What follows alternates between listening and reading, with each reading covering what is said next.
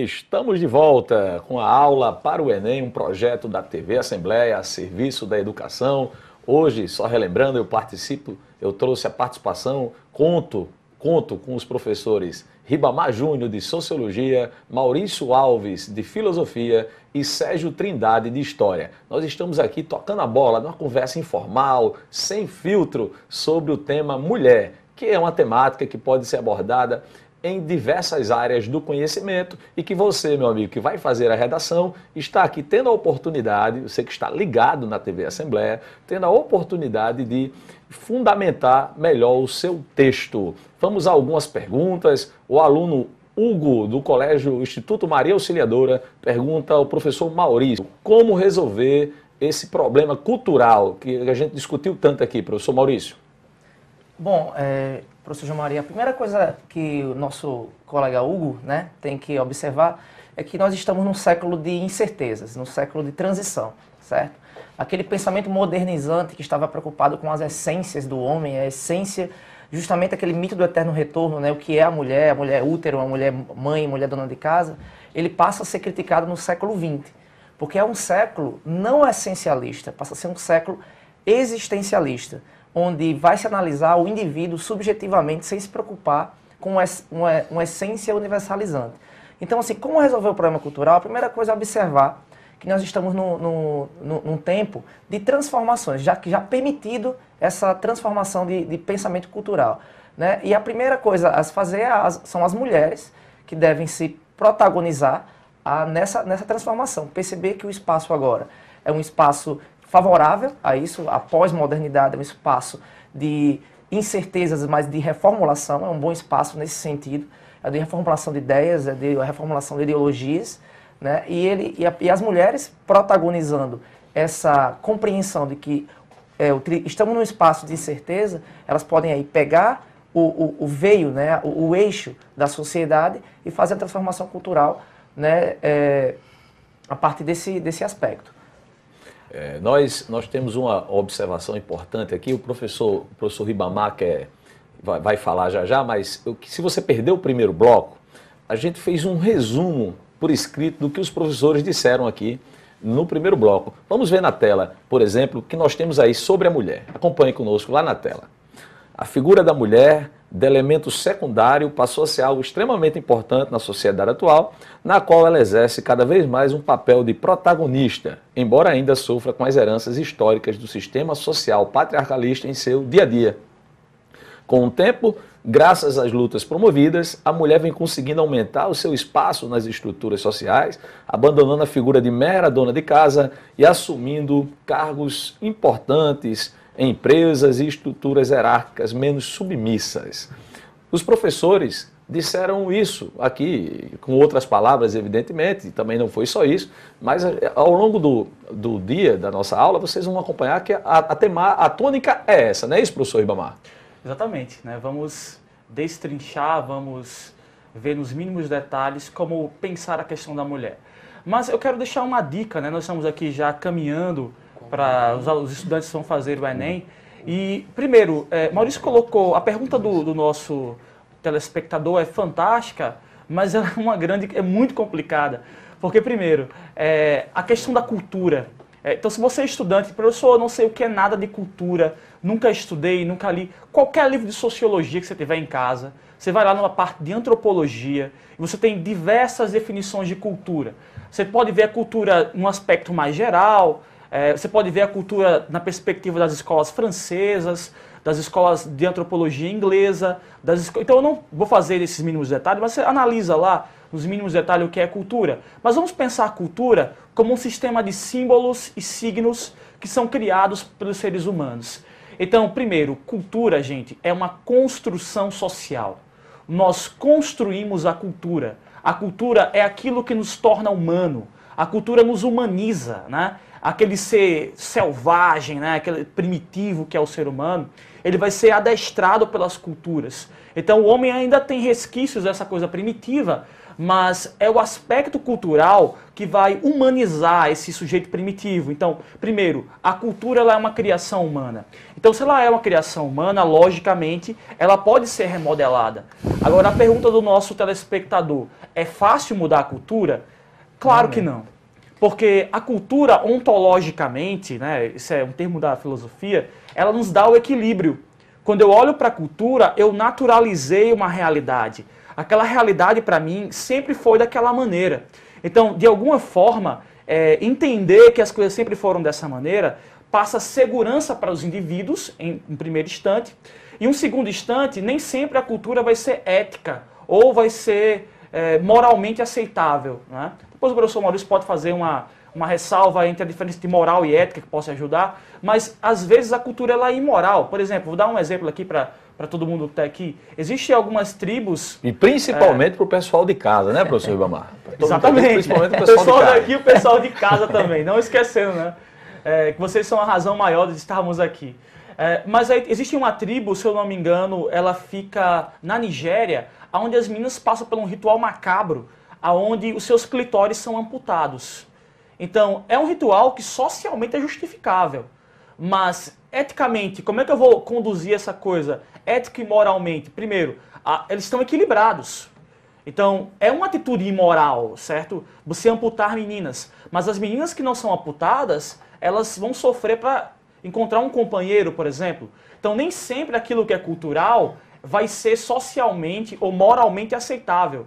E aí vamos logo direto ao ponto. E em relação à intervenção lá da minha redação, como é que a minha intervenção vai ferir um aspecto cultural? Então, como é que eu vou intervir numa cultura, desequilibrando uma sociedade, visto que aquele ato é um ato imoral, é um ato que eticamente não é aceitável, mas está ajustado a uma perspectiva cultural? Obviamente eu falei e não respondi, porque eu quero prolongar um pouco mais para chegar a essa resposta, né? Porque é uma resposta um tanto complexa. Inclusive, professor Ribamar, é muito comum as pessoas chegarem para a gente, da área de humanas, e querer uma resposta assim clara e simples sobre essa questão, como resolver o problema, né?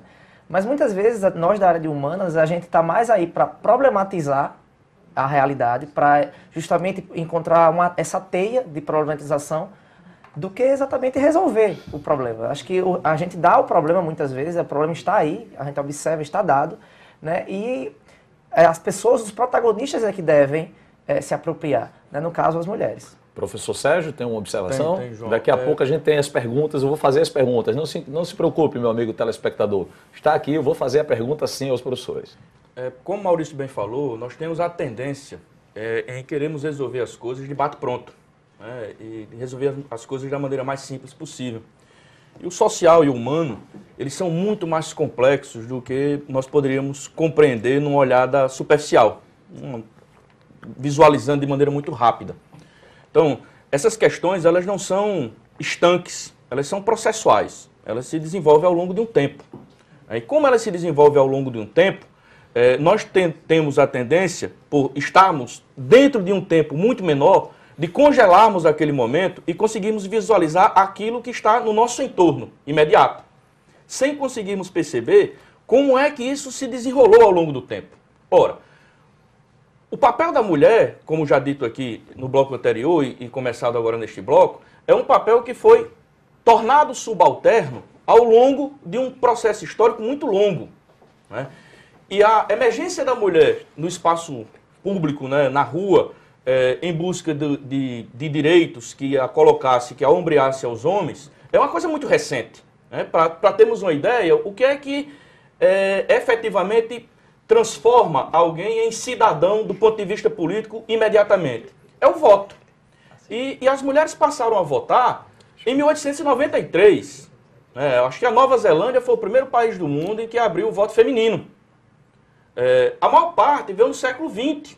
Quer dizer, nós temos, portanto, uma história de participação política da mulher como cidadã, no sentido eleitoral, inclusive, de 100 anos. Só que, assim como essa mulher emerge no espaço público para votar no final do século XIX para o início do século XX, e a maior parte no século XX, a luta pelo direito da mulher votar já está na metade do século XIX. né, na Inglaterra, né, com John Stuart Mill, né, que é o primeiro filósofo que sistematiza a possibilidade de a mulher poder efetivamente votar. Né? Então, vejam que nós temos um longo percurso histórico aí que estamos caminhando para 2 séculos. Né? Já na questão teórica, né, da defesa do voto feminino, ainda no século XIX, meados do século XIX, para a mulher começar a votar no final do século XIX, e a mulher continua ainda num processo subalterno. Então, essa ideia de resolver as coisas de bate e pronto é muito ibérica. Né? Nós achamos que resolvemos tudo à base de legislação. E a legislação, nem sempre, ela está em consonância com os traços sociais. Você nem sempre tem uma sociedade efetivamente madura para que a lei feita consiga se consolidar, se efetivar. Então você garante o espaço, garante, do ponto de vista legal, que os direitos estejam acolhidos, mas você não tem um mundo que ainda consiga acolher o direito, né? Que consiga acolher aquilo que está presente no direito. Então, a Constituição garante direitos A, B e C, mas o meio social, a conjuntura na qual nós vivemos, ainda não está madura o suficiente para que aquele direito seja efetivado. Né? Então não tem como a gente resolver assim de bate-pronto. É uma coisa que vai exigir muito. E certamente, grande parte de nós não estaremos aqui para podermos acompanhar essas mudanças. Professor, vamos à pergunta. Acho que tem muito a ver a pergunta agora. Vem a calhar a pergunta do nosso aluno Lucas Maciel. Ele pergunta o seguinte: como explicar sociologicamente o paradoxo da participação política das mulheres no Congresso, levando em consideração que elas constituem a maioria do eleitorado brasileiro, contudo ocupam menos de 10% dos cargos? Isso não é um paradoxo? Temos um número mínimo de deputadas, mas ao mesmo tempo nossa presidenta, ele até destaca aqui o presidenta, ter sido reeleita. E aí eu quero aproveitar para você ver na tela, acompanhe na tela uns dados importantes sobre essa pergunta do nosso aluno Lucas. Veja na tela. Bom, nós temos um gráfico que fala da porcentagem de mulheres ocupando cargos parlamentares. Vejam só, professores. No Brasil, na Inglaterra, em outros, lembrando que o Enem adora gráfico, adora essa imagem, né? Então, o país que tem maior porcentagem de mulheres ocupando cargos parlamentares conta com a política de cotas, que é exatamente Ruanda. Tá? No Brasil, na Câmara dos Deputados, nós temos 8,6%, são os dados de 2012, pode ter alterado, né? E no Senado, 16%. Então, voltando aqui, acho que a pergunta, o professor Ribamar vai falar sobre isso, mas só lembrando que você que participa pelo WhatsApp está concorrendo a brindes, meu amigo. Hoje nós temos livros. Então, quem participa automaticamente está concorrendo ao sorteio de livros da editora Ática, nossa doação da nossa amiga Carla, e da editora Moderna, nosso amigo Juan, que estão colaborando conosco, nos apoiando. Então, nós teremos hoje o sorteio de brindes. No último bloco, a gente vai avisar. Professor Ribamar, como responder ao nosso amigo Lucas? Lucas, a sua pergunta é fantástica, né? Você direcionou a questão da mulher para a questão política, porque de verdade nós temos uma questão política mal resolvida, né? Você precisa pensar um pouco, depois para os professores de história, é bom que nós temos assessoria aqui, né? O professor de história está aqui, o professor de filosofia, pensar historicamente a política no Brasil, né? E vocês vão perceber o seguinte: a política no Brasil ela não acontece com participação popular. Você não tem o povo como protagonista, né? Você tem sempre o aspecto aí, o povo sempre como telespectador, observando as coisas acontecerem, né? Em diversos momentos históricos. Eu acho que hoje, sim, vivemos um novo momento, né? Do povo se apropriando do cenário político, do cenário público, dos protestos. Não quer dizer que não aconteceram protestos. Historicamente comprova-se que existe protesto, mas eu acho que hoje você pensar a participação política em relação à mulher ainda é muito mais problemático, porque eu vou utilizar Marx para explicar a questão do Lucas. Falta à mulher uma consciência de classe. O que seria uma consciência de classe? Seria enxergar naquela mulher que está sendo presa de modo indevido, que está sendo humilhada pelo marido publicamente, que está se privando de participar do espaço público como uma companheira de luta. Né? Então, falta no nosso país essa consciência de entender que quando uma mulher é humilhada, todas elas são humilhadas. Né? Teve um caso, João, que foi um caso bem, que eu falo com muito pesar, aconteceu aqui no RN, de mulheres amarradas a homens, né, na delegacia de Macau. Então você pensa, na época nós tínhamos uma tríade, presidenta mulher, todo mundo era mulher. Governadora. A governadora era mulher e a prefeita era mulher. E permitiu-se que uma mulher se amarrasse a homens em uma delegacia. Possivelmente ela sofreu abuso. Então, o próprio ato era um abuso, mas... Então, por que essa coisa não se cria na mulher um sentimento de pertencimento? De que aquela mulher que está sendo humilhada, esse fato faz humilhar as outras mulheres que não são partícipes do ato. Então, primeiro falta ao nosso país, de modo geral, uma consciência política, né? Falta uma consciência da causa da mulher. Não é só uma mulher que está lutando, quando um é humilhado, todos são humilhados. Então isso acontece a partir da formação política dessas mulheres. Você pode ter aí um momento, pode ser uma proposta de intervenção, né? Trazer essas mulheres para o livro didático, pensar em participação política. O próprio movimento feminista já conseguiu grandes avanços em torno de criar uma consciência da mulher, né? Então, em relação ao movimento feminista, é importante para o nosso telespectador ele tenha consciência da seguinte questão. O feminismo não é o machismo inverso, né? Isso, o machismo ele é um mal, o machismo ele é uma sequela. O feminismo ele é uma luta pela igualdade de gênero. Eu tenho certeza que todos os homens que estão aqui são simpáticos, eu sou simpático da causa feminista, a minha companheira é feminista. Então, todo mundo aqui é simpático da causa feminista. Então, de alguma maneira, independente de você ser homem, mulher, não importa, é uma causa a ser, nós homens temos que buscar. Sim. Não existe democracia com mulher no tanque, né? Não existe democracia com a mulher cuidando da criança e o homem em casa vendo futebol. No espaço democrático, todos que têm idade suficiente e consciência de classe vai estar no espaço público lutando. Inclusive, nós vamos debater mais isso no segundo bloco, quando vamos falar do feminismo, dessa mudança de perfil de feminismo que o professor Ribamar se referiu, né? E eu queria mostrar, antes de Maurício e o professor Sérgio falarem, intervirem aí na fala do professor Ribamar, respondendo ao nosso telespectador, mais um gráfico, mais uma ideia, só para a gente ter uma noção, que eu sei que isso é importante para você que está em casa. Veja só, população feminina ocupada por setor de trabalho. Então vejam onde as mulheres estão trabalhando, né? Nós temos aí serviços domésticos, 14%, 17,6% educação, saúde e serviços sociais, destacam-se também o comércio e reparação, indústria e o setor agrícola também. Na construção, a mulher ocupa 0,6%, só a curiosidade do dado. Aí nós temos outro ponto importante que a gente pode ver, as horas semanais gastas em afazeres domésticos das mulheres. Então acompanha aí. Olha quanto tempo a mulher gasta, quanto tempo o homem gasta. Essa desigualdade a que se referia aí o professor Ribamar. Ok? Agora, professor Maurício e professor Sérgio. Vou inverter a ordem. Professor Sérgio e depois professor Maurício.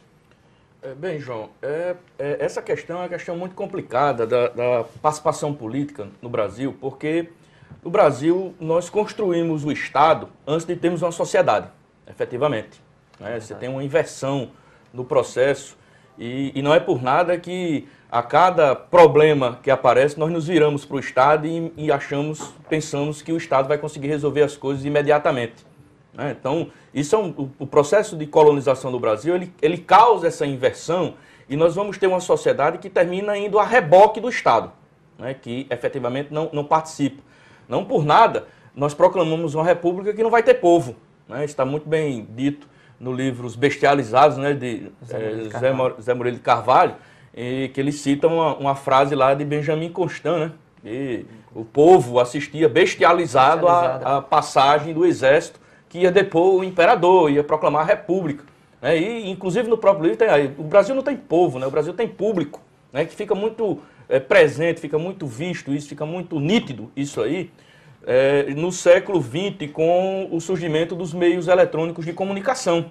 Né? Nós saímos de uma sociedade iletrada, né? Uma sociedade que não lê, para uma sociedade que vai ouvir e que vai ver. Né? Ou seja, vai para o rádio e depois vai para a televisão, né? Sem ter passado pela literatura. Né?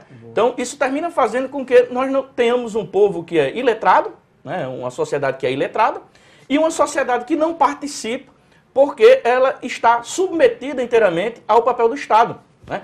E ainda assim a gente joga, é muito comum se falar no modelo que tentou se adotar no Brasil, de um modelo liberal, de um modelo neoliberal.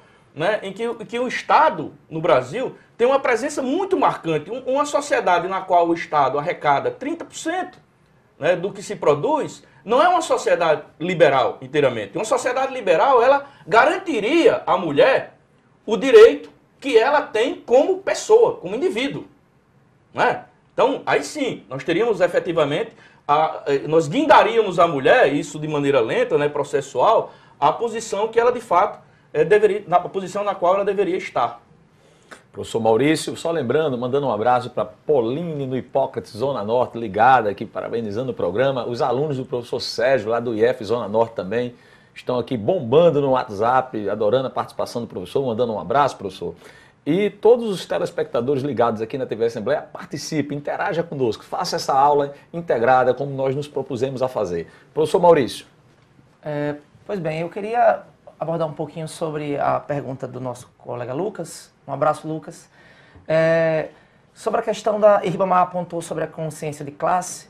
Uma das coisas que se exigem para se ter uma boa consciência de classe é o princípio de identidade. Né? Justamente aquela minha fala inicial, aquela questão da falta de uma identidade do que é uma mulher, naquela ideia do mito do eterno feminino, né? Que a identidade da mulher ali nesse mito não está diretamente ligada à política. No espaço público, como o professor Sérgio falou, é o espaço do homem.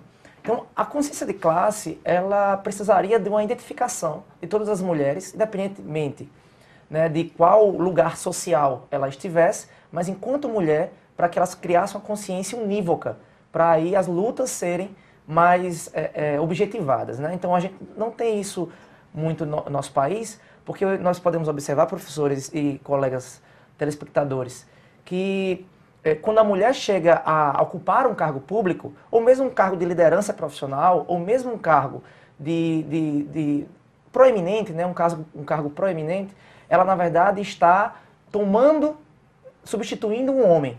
É assim, infelizmente, que ainda ocorre na sociedade. A tal ponto de que muitas das mulheres acabam se masculinizando para poder ter o domínio dos seus subalternos, né, na sua profissão. Professor Maurício, vamos ver uma charge enquanto o senhor fala? Vamos ver uma charge que nós temos na tela. Na charge, enquanto o senhor fala sobre isso também, eu acho que essa charge reflete um pouco essa temática que o senhor está discutindo.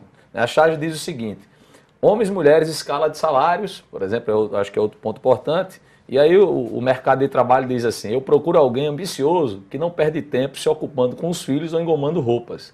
E nós temos já uma escada, o homem já com uma escada maior, né, numa escada mais alta, então chegando mais rápido ao mercado de trabalho do que a mulher. Isso também é um grande empecilho, né, para a mulher no mercado de trabalho. Inclusive, quando a mulher chega lá, né, ela é porque ela está tomando o lugar do homem. É por isso até que nós vemos em algumas fardas. O próprio fardamento de pessoas de autoridade são fardamentos baseados no do homem. Os terninhos, né, as calças, enfim. São fardamentos baseados como modelo o homem, né? Então a mulher passa a se apropriar daquilo, mas é como se ela apenas estivesse assim, tomando o lugar do homem, mas sem identidade da mulher especificamente. Né? Muitas vezes, para tentar colocar a identidade da mulher, algumas reportagens abordam, ela passa um batom, ela passa um rímel, uma maquiagem em si. Mas, na verdade, a mulher ali, para ela manter muitas vezes a autoridade, ela muitas vezes engrossa a voz, muitas vezes ela usa elementos muito masculinizantes para poder manter o domínio. Então, falta essa coisa, não, a mulher à frente, a mulher no domínio. É só você observar que ainda temos inúmeros elementos no interior no Brasil como um todo, de que o dinheiro que a mulher ganha no trabalho, viu, João? O dinheiro que a mulher ganha no trabalho é apenas um complemento de casa. O dinheiro do homem é o dinheiro que mantém, que sustenta, né, que sustenta a casa. Então, desenvolver a consciência de classe, Ribamar, eu concordo que é um dos elementos basilares para poder resolvermos o problema. Vamos dar uma olhadinha na tela? A ideia de bens, né, João Maria? A ideia de bens, do patrimônio. É patrimônio, não é matrimônio. Já começa com patrimônio. De quem? A ideia de patrimônio vem do homem. Qual é a pretensão da mulher na sociedade? É casar, vem daí a ideia de matrimônio. Né? Então, isso está na língua, né? No idioma. Verdade. Isso é cultural. É difícil romper esse ciclo. Né? Vamos ver na tela, por exemplo, uma tirinha muito interessante sobre isso. O filho pergunta ao pai: pai, o que é machismo? Machismo, diz a filha, a menina chega e diz: machismo é a ilusão de algumas pessoas, a ilusão que algumas pessoas têm de que... Aí o garotinho interrompe a irmã e diz: não se mete, Fê, isso é papo de homem. Então, acho que essa tirinha ilustra bem, né, a ideia que as pessoas têm disso. Nossa participação, nossa audiência é qualificada, então a gente tem de responder aos nossos alunos nas perguntas. A Luana, no CDF, Zona Norte, mora no Pajuçara, e está dizendo que a aula está ótima, super proveitosa. Inclusive, ela é filha de Luiz Gonzaga, que trabalha aqui na TV Assembleia. Muito obrigado, Luana, muito obrigado por sua participação. Continue nos assistindo, nos prestigiando. A nossa audiência é muito qualificada. O professor Antônio Carlos, o professor Adriano, de inglês, o professor Antônio Carlos, de língua portuguesa e produção de texto, está ligado no nosso programa, parabenizando, dizendo que os professores estão dando um show. Muito obrigado, professor Antônio Carlos. Professor Maurício, quer falar um pouquinho mais? Professor Na Ribamar. verdade, sou eu. Tem uma questão interessante, né? Que é a questão da inversão da ordem, né? Eu acho que tem uma questão que nós, seres humanos, precisamos, é da ordem social. No caso, essa sociedade patriarcal, ela estabeleceu uma ordem na qual a mulher ela é posta de modo diminuto, entende? Então, se eu chego com um homem que ganha menos e a mulher ganha muito mais, querendo ou não, você acabou bagunçando uma ordem na cabeça desse cara. Eu estou dizendo que está correto, mas é uma justificativa social para o fenômeno. Então, ele vai se sentir incomodado. No meu caso, o João ficaria muito feliz se minha mulher ganhasse muito mais. Não vejo nenhum problema, mas nós já participamos de uma outra geração, mas esse homem mais tradicional, que foi educado, acostumado, então na cabeça dele a ordem se estabeleceu assim. A coesão social, esses são termos durkheimianos, a coesão social se dá, o equilíbrio se dá, na medida em que esta é a ordem, o homem provedor e a mulher submissa. Então, se a mulher vem com outro papel social, você vai desequilibrar esse cenário. Então você precisa ter um trabalho aí social, cultural, político, um trabalho, né? Começando dentro de casa, do filho não enxergar como absurdo a mãe ganhar mais do que o pai. Então é um trabalho que toda a sociedade tem que estar concatenada. Caso contrário, esse projeto ele vai ficar ainda falando de expectativa e realidade. Não vai acontecer. Nós vamos terminar a aula, este bloco, com a pergunta de um telespectador, para o professor Maurício, para ele refletir na volta. Um homem pode ser feminista ou isso é apenas mais uma forma de diminuir o protagonismo da mulher? Na volta, o professor Maurício responde. Lembrando que a participação está bombando, nós vamos tentar responder a todos. Vocês já viram que os professores têm muito conteúdo para passar para vocês, eles são uma potência. Como diria um amigo meu, é uma erosão pedagógica. Então, o que é que vai acontecer? Nós vamos abrir mais para as perguntas no próximo bloco. Fiquem tranquilos que vocês vão participar do programa sim. Daqui a pouco a gente volta na TV Assembleia, a serviço da educação.